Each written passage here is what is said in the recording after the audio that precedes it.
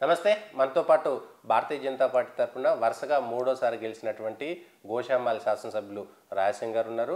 Sir నమస్తే అండి. ముందుగా మీకు శుభాకాంక్షలు. Thank you సతీజీ.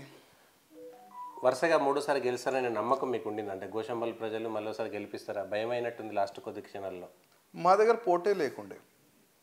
ఫస్ట్ మేము అనుకున్నాం కేటీఆర్ ప్రత్యేకంగా 5గురు పైన దృష్టి పెట్టిన మీడియాలో చూసినాం. ఎట్టి పరిస్థితుల్లో 5గురిని ఓడిపిస్తా మీడియాలో చాలా వరకు కేటీఆర్ మాట్లాడాడు. మేము అనుకున్నాం, ఓహో ఎవరికి పంపిస్తారు రా భయ్, ఏ తోపుకి పంపిస్తారు అని మేము కూడా అనుకున్నాం. మళ్ళీ ఇట్లా చూసినాం, అసలు ఈ బీఆర్ఎస్లో గోషామేల్ కాన్స్టిట్యున్సీలో ఎవరైనా తోపు ఉన్నారా అని జస్ట్ ఇట్లా చూసినాం. ఎవరు కనబడలే. అందరు మోసగాళ్ళు, ఫ్రాడ్లు, ఒకప్పుడు కాంగ్రెస్లో ఉండి స్కామ్ చేసిన వాళ్ళే కనబడుతున్నారు. అసలు ఎవర్రా పోయి తోపు మేము కూడా అనుకున్నాం, కనబడలే. లాస్ట్కి ప్రతి ఒక్క వ్యక్తి పైన సర్వే చేయించండి కేటీఆర్. నంద్ కిషోర్ వ్యాస్ పైన, గడ్డం శ్రీనివాస్ పైన, ఆశీష్ గౌడ్ పైన, చాలా మంది పైన సర్వే చేయించిండు. ఇంకో మా బీజేపీలో వచ్చేసిన గోవింద్ రాఠీ గారు వాళ్ళ పైన ప్రతి సర్వేలో ఫెయిల్. అసలు ఎవరికి ఇద్దామని ఆలోచన చేసి లాస్ట్ మూమెంట్లో మార్వాడి ఓడికి ఇస్తే మార్వాడి ఓటు రాజాసింగ్ పడదు, మళ్ళీ మైనారిటీ ఓటు వన్ సైడ్ పడుతుంది, మార్వాడి ఓటు వన్ సైడ్ పడుతుంది, మళ్ళా మా తెలుగు అన్న తమ్ముళ్ళ ఓటు కొద్ది మనం తీసుకోవచ్చు, రాజాసింగ్ ఓడిపిద్దామని ఆ ఆలోచనతోనే నందకిషోర్ బిలాల్కి ఇచ్చిండు. కానీ ఆయన గురించి తెలియక ఇచ్చేసిండు. అది నాకు చాలా బెనిఫిట్ అయింది. నందకిషోర్ బిలాల్ ఎట్లాంటి వ్యక్తి అంటే అది నేను చెప్పాను ఆయన గురించి, ఎందుకంటే నా నోరు ఖరాబ్ అవుతుంది. బేగం బజార్లో కానీ నా కాన్స్టిట్యూన్సీలో ఏదో ఒక మూల మీరు పోయి అసలు ఆ బీఆర్ఎస్ క్యాండిడేట్ కథ ఏంటంటే ప్రతి ఒక్క చిన్న పౌరుడు కూడా ఆయన కథ గురించి చెప్తాడు. అందుకోసము నేను అనుకున్నా, అరే ఈ ఎలక్షన్ అయితే మనకు చాలా ఈజీ అయిపోయింది. మా గోషామేల్ ప్రజలు కూడా అనుకున్నారు, ఆల్రెడీ డిసైడెడ్ ఉండే. 14లో మేము రాజాసింగ్ గెలిపించినాము, 18లో రాజాసింగ్ గెలిపించినాము. దాదాపు 9 years వరకు ఒక ఫ్యామిలీ మెంబర్గా రాజాసింగ్ ఉన్నాడు. ఒక ఎమ్మెల్యేగా ఉండలేడు ఆయన, ఒక ఫ్యామిలీ మెంబర్స్గా ఉన్నాడు. ఎప్పుడు పిలిస్తే బైక్ పైన మన ఇంటికి వస్తాడు, మన ప్రోగ్రామ్కి వస్తాడు. ఆయన నార్మల్ పర్సన్గా ఆయన కాన్స్టిట్యూన్సీ మొత్తం తిరుగుతాడు. ఇట్లాంటి ఎమ్మెల్యే మనకు కావాలని మూడోసారి కూడా మీరు చూడండి. 18లో నా మెజారిటీ 17,000 చేంజ్ ఉండే, ఇప్పుడు 21,000 చేంజ్ ఉంది. అంటే ఇంకా పర్సెంట్ కూడా పెరిగింది, ఆశీర్వాదం కూడా బాగానే దొరికింది. కానీ 2018-14 2 సార్లు గెలిచినాక డెవలప్మెంట్ చేయలేదు, కేవలం హిందుత్వ తప్ప ఇంకొకటి మాట్లాడలేదు రాజాసింగ్. సో ఈసారి డెవలప్మెంట్ పేరు మీద ఓడిపోతాడు అనేటువంటిది ఒక చర్చ. మేమేం చేసినామంటే ఈ 9 yearsలో మేము చేసిన డెవలప్మెంట్కి ఒక బుక్లెట్ తయారు చేసినాం. ఓకే. దాదాపు వేల సంఖ్యలో బుక్లెట్ తయారు చేసి మేము ప్రచారంకి వెళ్ళే సమయంలో మా పాంప్లెట్ సహా ఆ బుక్లెట్ కూడా డోర్ టు డోర్ పంచినాం. ఎవరైనా రోడ్డు పైన గోషామేల్ ఓటర్ కనబడితే ఆయనకి దండం పెట్టి, సార్ ఇది మా పాంప్లెట్, ఇది మా డెవలప్మెంట్. 9 yearsలో 502 crores రూపీస్ది మేము డెవలప్మెంట్ చేసినాం. ఎక్కడెక్కడ ఏ డివిజన్లో ఏమేమి డెవలప్మెంట్ చేసినాం ఆ మొత్తం దాంట్లో ప్రింట్ చేసినాం. ఆ బుక్ పంచిన తర్వాత పబ్లిక్లో కూడా ఒక డౌట్ ఉండే, అరే భయ్ హిందూజం పైన రాజాసింగ్ ముందుకెళ్ళిండు, అసలు డెవలప్మెంట్ జరగలేదు. ఆ బుక్ చూసిన తర్వాత వాళ్ళు కూడా చాలా హ్యాపీగా ఫీల్ అయినారు, అరే రాజాసింగ్ ఇంత మంచి డెవలప్మెంట్ చేసిండు, మా ఓటు రాజాసింగ్కి. ఓకే. కానీ మజ్లిస్ నుంచి ఒక నాయకుడు మాట్లాడుతూ రాజీనామా చేసిండు. మజ్లిస్ కావాలని ఎంఐఎం ఇక్కడ రాజాసింగ్ తోటి ఇంటర్నల్గా అండర్స్టాండింగ్ ఉంది, అందుకే మజ్లిస్కి అక్కడ పోటీ చేయలేదు.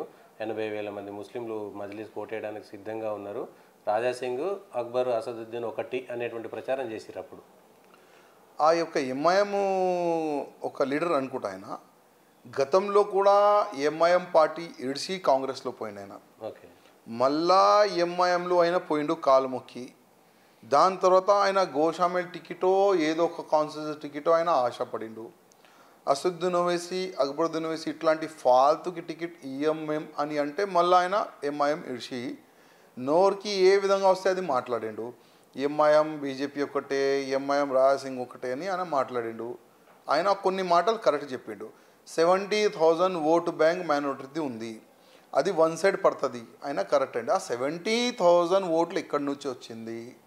ఇదే నందు బిలాలు మున్సిపల్ కార్పొరేషన్ అధికారులతో కలిసి మెలిసి కార్వన్లో ఉన్న కాంగ్రెస్ కార్వన్ నియోజకవర్గంలో ఉన్న మైనారిటీ ఓట్లని ఇక్కడ కూడా ఆయన ఎన్రోల్ చేసిండు డబుల్.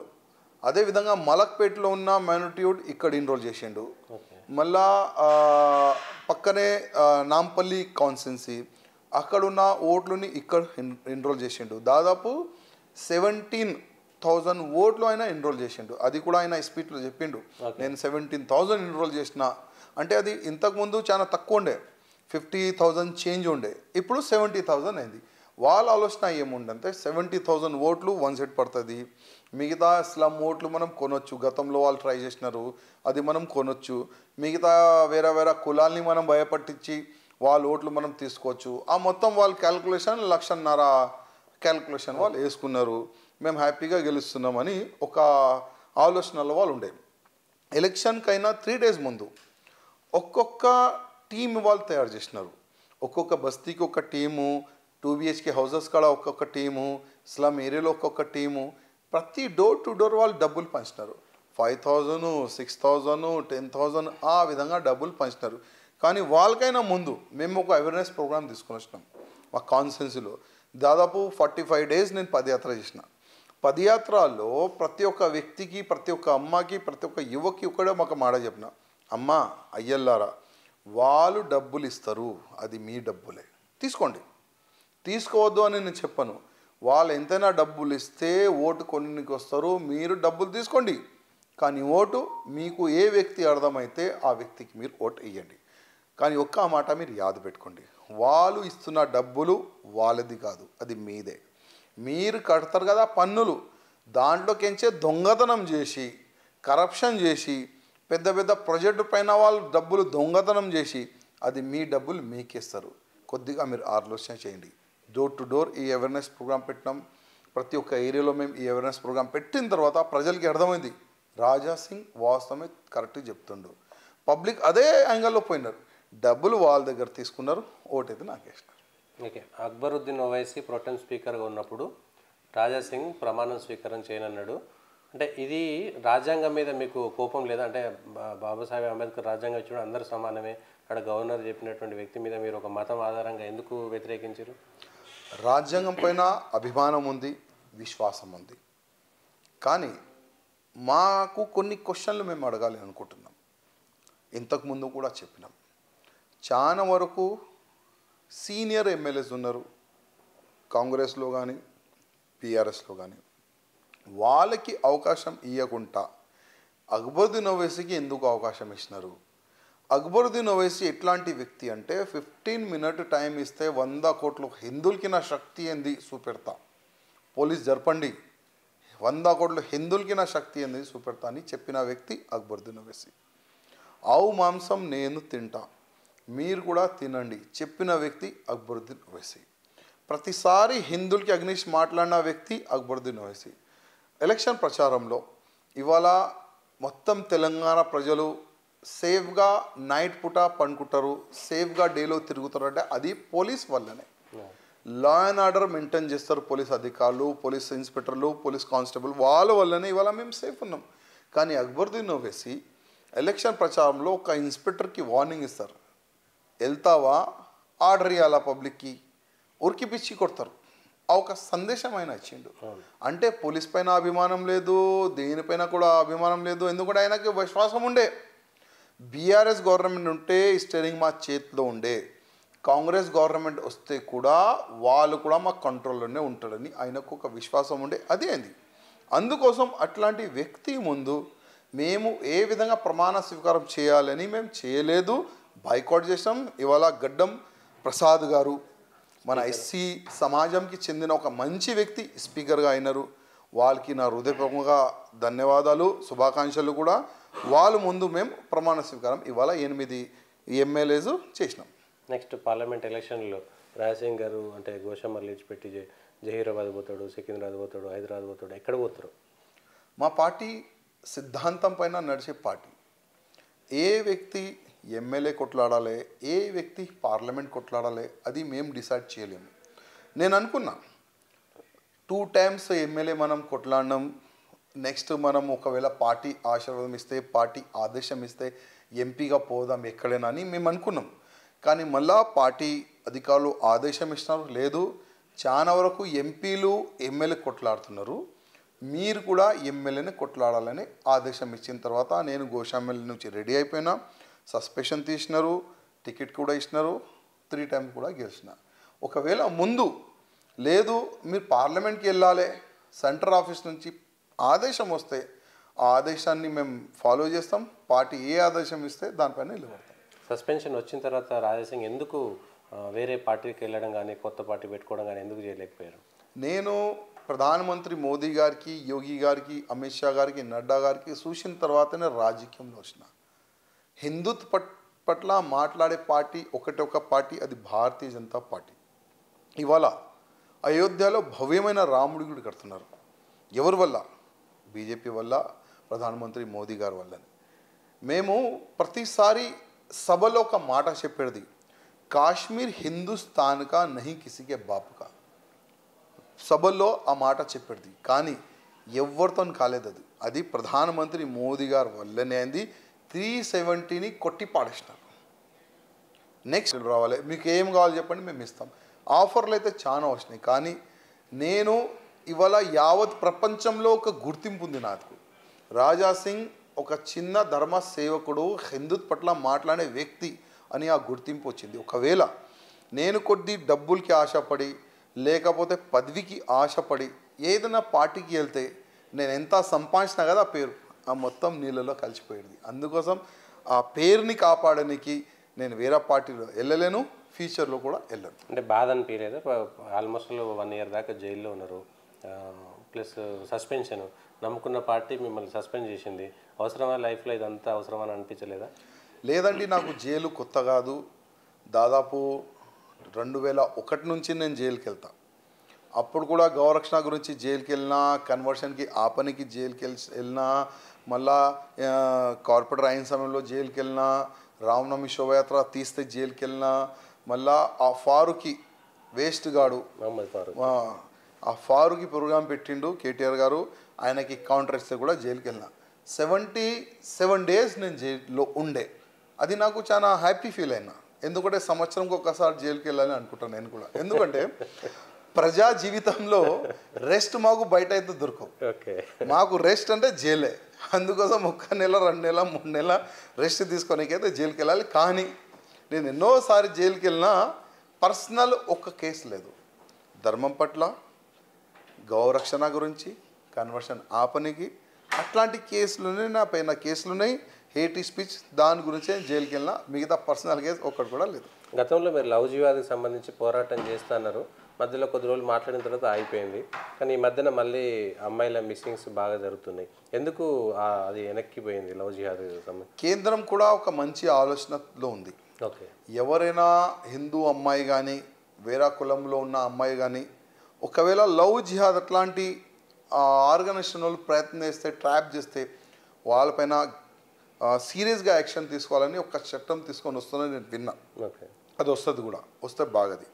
కానీ ప్రతిసారి మేము సభల్లో కానీ, మీడియాలో కానీ, సోషల్ మీడియాలో కానీ అందరికీ రిక్వెస్ట్ చేస్తున్నాం, అవేర్నెస్ తీసుకొని రానికి మేము ప్రయత్నం చేస్తున్నాం. లవ్ జిహాద్ ట్రాప్లో పడకండి. హిందూ అమ్మాయిలకి ప్రత్యేకంగా ఒక గ్రూప్, ఒక ఆర్గనైజేషన్ వాళ్ళు ప్లాన్ చేసి కన్వర్ట్ చేయడానికి ప్లాన్ చేస్తున్నారు. అది వాళ్ళ ట్రాప్లో వెళ్ళకూడదని మేమైతే ప్రచారం చేస్తున్నాము. చాలా వరకు మహిళల్ని, మా అక్క చెల్లెల్ని మేము సేవ్ చేసినాము. మా దృష్టిలో నిన్న కూడా ఒక కేసు వచ్చింది. నిన్న కూడా మహబూబ్నగర్లో కూడా ఒక కేసు వచ్చింది. అంటే నా దృష్టిలో నిన్న ఒక కేసు వస్తే నేను ఇన్స్పెక్టర్కి మాట్లాడినా, ఆయనకి అరెస్ట్ చేపించిన, ఇవాళ నిన్ననే రిమాండ్ కూడా అయిన ఆయన. నిన్న కూడా రిమాండ్ అయినా. అట్లాంటి మా దృష్టిలో వస్తే మేము డీప్లో వెళ్ళి ఆ మహిళకి మేము తీసుకొని రానికి ప్రయత్నం చేస్తాం. మా దృష్టికి రాలేదంటే అది ఏం చేయలేము. ఇట్లా మీకు ముస్లిం ఓట్లు ఈ విషయంలో 3 తలాక్ను కూడా నరేంద్ర మోడీ రద్దు చేశారు. 3 తలాక్ దాంతో మీకు ముస్లిం లేడీస్ ఓట్లు వచ్చినాయని నమ్మొచ్చా? ఇప్పుడు మా కాన్స్టిట్యున్సీలో ఏంటంటే ఈ ఎంఐఎంఓలు ప్రత్యేకంగా బయట నుంచి కొంతమంది మౌల్వీల్ని పిలిచినారు మా కాన్స్టిట్యున్సీలో. మౌల్వీల్ని పిలిచి మస్జిద్ నుంచి అలాట్మెంట్ చేసినారు.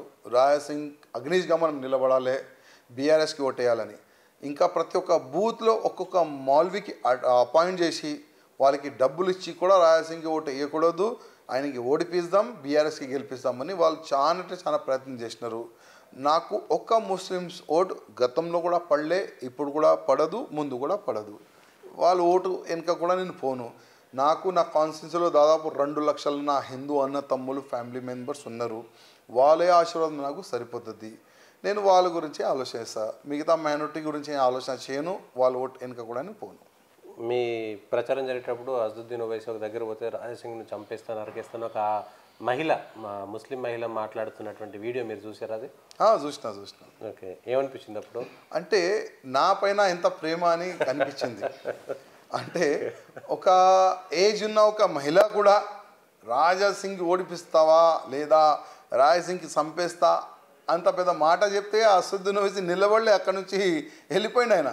అంటే ముస్లిమ్స్లో కూడా నా పైన చాలా పగ ఉంది. ఇంకోటి ఏంటంటే అసదుద్దీన్ ఓవైసీ మైనారిటీ ఓట్ని అమ్ముతాడు ఆయన. ఇది ముస్లిమ్స్ వాళ్ళకి తెలియదు. ప్రతిసారి 2014లో కాంగ్రెస్కి అమ్మిండు, 2018లో టీఆర్ఎస్కి అమ్మిండు, 2023లో బీఆర్ఎస్కి ఆయన మైనారిటీ ఓట్ అమ్మిండు. ఇది లోకల్ ముస్లిమ్స్ వాళ్ళకి తెలుస్తలేదు. వాళ్ళు ఏంటంటే ఇస్లాం జిందాబాద్, హిందూయిజం ముర్దాబాద్ ఆ పేరు పైన వాళ్ళు వన్ సైడ్ ఓట్ ఎనిగిపోతారు. కానీ వాళ్ళకి తెలియదు ఒక్కొక్క ఓటుకి వీళ్ళు బేరం పెడతారు. వాళ్ళు చాలా వరకు బ్యాగులు పోతేనే వీళ్ళు ముస్లిమ్స్ వాళ్ళకి చెప్తారు కాంగ్రెస్కి ఓటు వేయాలి, బీఆర్ఎస్కి ఓటు వేయాలని. కానీ అవగాహన లేక ఉన్నారు ముస్లిమ్స్ వాళ్ళు. ఏం చేద్దాం? 2023లో బీజేపీ చాలా బాగా వస్తుంది, అధికారంలోకి వస్తేనంత వేవ్ అట్లాంటి హవా కనబడ్డది. కానీ ఒక్కసారిగా మళ్ళీ పడిపోయింది. ఈ అధికారంలో రాని పార్టీలో ఉండడం అవసరం లేదు, అట్లాంటిది ఏమనిపించలేదా? లేదండి, మా పార్టీ మంచి డెవలప్ అయింది. 47 కార్పొరేటర్స్ తెలంగాణలో, 4 ఎంపీస్ తెలంగాణలో, ఒక్కటి ఉండే ఇప్పుడు 8 మంది ఎమ్మెల్యేస్ అయినారు. ఇది జస్ట్ ప్రారంభమే. నెక్స్ట్ మీరు 23 తర్వాత ఎన్నికలు చూస్తారు. దాంట్లో పక్కా భారతీయ జనతా పార్టీకి లాభం దొరుకుతుంది. ఎక్కువ ఎమ్మెల్యేస్ కూడా గెలుస్తాం. డబుల్ ఇంజన్ గవర్నమెంట్ తెలంగాణలో ఏర్పాటు చేస్తాం. ఎంపీ మళ్ళీ నరేంద్ర మోడీ గారికి కూడా 10 ఏళ్ళు అయిపోయింది కాబట్టి మళ్ళీ వస్తాడని నమ్మకం ఉందా? 200%. మోదీ గారికి ఆపే శక్తి ఎవరికి లేదు. 2024లోనే ఇంకా ఎక్కువ ఎంపీస్తోని సెంటర్లో మా గవర్నమెంట్ వస్తుంది. మోదీ గారికి ఎవరు ఆపలేరు. మీరు తెలంగాణ నుంచి కాకుండా వేరే రాష్ట్రం నుంచి ఎంపీగా ఇస్తే కూడా పోవడానికి మహారాష్ట్ర, ఛత్తీస్గఢ్లో కూడా మిమ్మల్ని పిలిచినట్టుగా ఉంది. అట్లాంటి ఆప్షన్ ఉందా ఈసారి? ఆప్షన్ అయితే ఉందో లేదో నాకైతే తెలియదు. కానీ నేను పార్టీ సిద్ధాంతం పైన నిలబడతా. పార్టీ ఏ ఆదేశం ఇస్తే దాన్ని ఫాలో చేస్తాను. ఓకే, థ్యాంక్ యూ రాజాసింగ్ గారు. ఇది రాజాసింగ్ గారికి సంబంధించినటువంటి విషయం. పార్టీకి సంబంధించినటువంటి దాంట్లో కట్టుబడి ఉంటాను. పార్టీలో ఎంపీ కంటెస్ట్ చేయమంటే చేస్తాను, కానీ గోషామాల్ ప్రజలు పెద్ద ఎత్తున 3 సార్లు ఆశీర్వదించారు కాబట్టి వాళ్ళ సేవ కోసమే నేను ఉంటున్నాను అన్నటువంటి విషయం మాత్రం స్పష్టంగా చెప్తున్నారు.